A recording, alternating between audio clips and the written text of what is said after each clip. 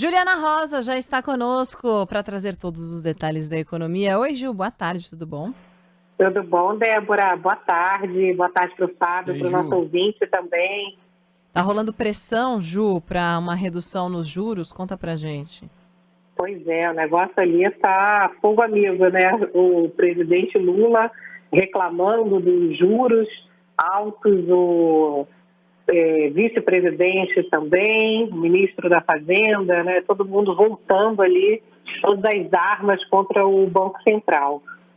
Hoje, o Banco Central divulgou um documento, que é a ata do Copom, que é um documento que explica detalhadamente por que houve a decisão de manter a Selic em 13,75%. Selic que é referência, né? Se a gente precisa tomar crédito para investimentos. Então, é uma Selic que está em patamar muito alto realmente e acaba dificultando o crescimento econômico.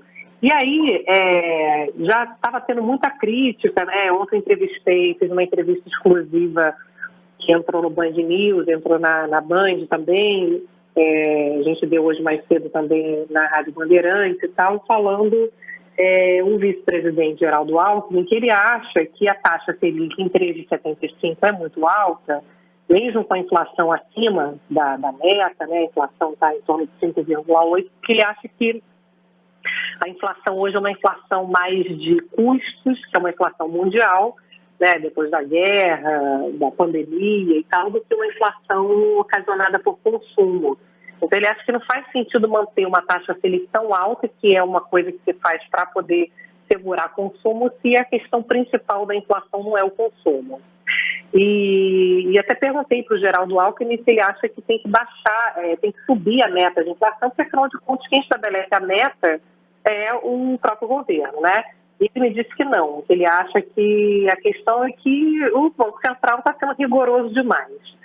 E aí, hoje, o Banco Central, pressionado aí de todos os lados, divulgou esse documento que o próprio ministro da Fazenda, Fernando Haddad, disse agora há pouco que é um documento amigável, porque o Haddad tinha reclamado, dizendo que o Banco Central não tinha sido generoso com o governo, porque teria ignorado o plano do Ministério da Fazenda, apresentado recentemente, que aponta para a melhora do equilíbrio das contas públicas. E aí, hoje, o Banco Central escreve assim: o Banco Central continua sendo duro, né, dizendo que, olha, estou mantendo porque a inflação está alta, né? A Selic está alta, que as previsões de inflação estão altas e tal, defendendo ali, né, o trabalho dele, que é preservar a nossa moeda. Mas daí ele dá uma amenizada, assim, ele fala, olha, o comitê manteve a governança atual de incorporar as políticas que já foram aprovadas em lei, mas a gente reconhece, está escrito assim, que a execução do pacote atenuaria, né, se for aprovada pelo Congresso, os estímulos fiscais sobre a demanda e que isso reduz o risco de alta na inflação.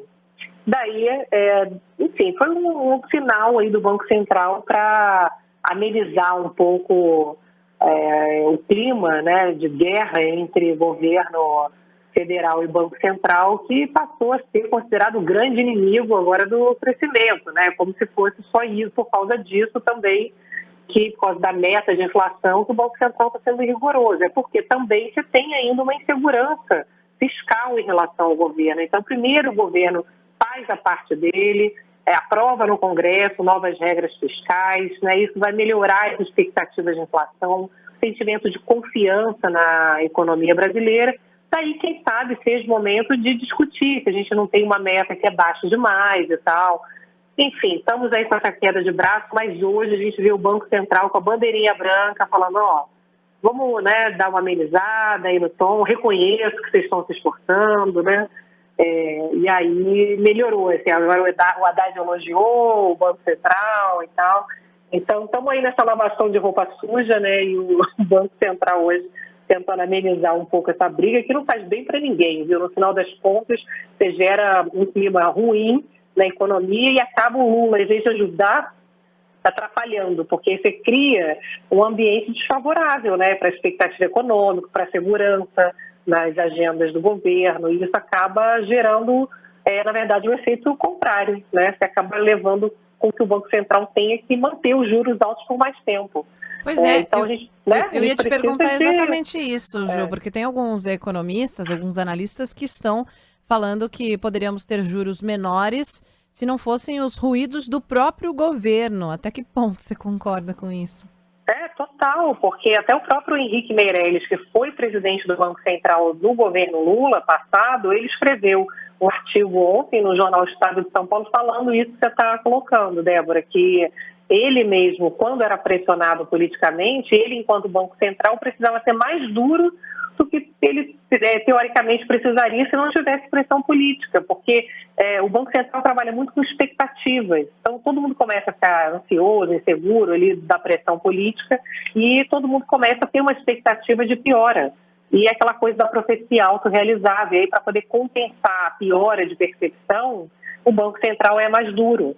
Então, enfim, eu acho que você tem um discurso muito bélico ainda do presidente Lula, principalmente, né? A gente precisa de um discurso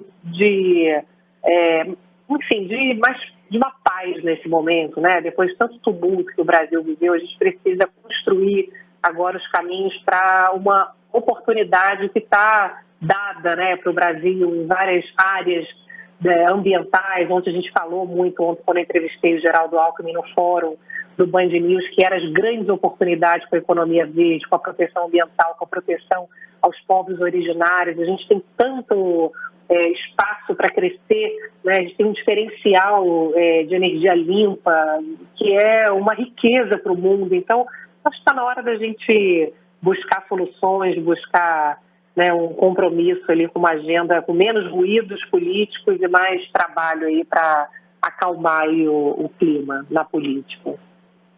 É isso. Juliana Rosa volta a conversar com a gente amanhã. Obrigada, Ju. Um beijo para você. Até lá. Um beijo. Boa tarde para todos. Valeu, Ju.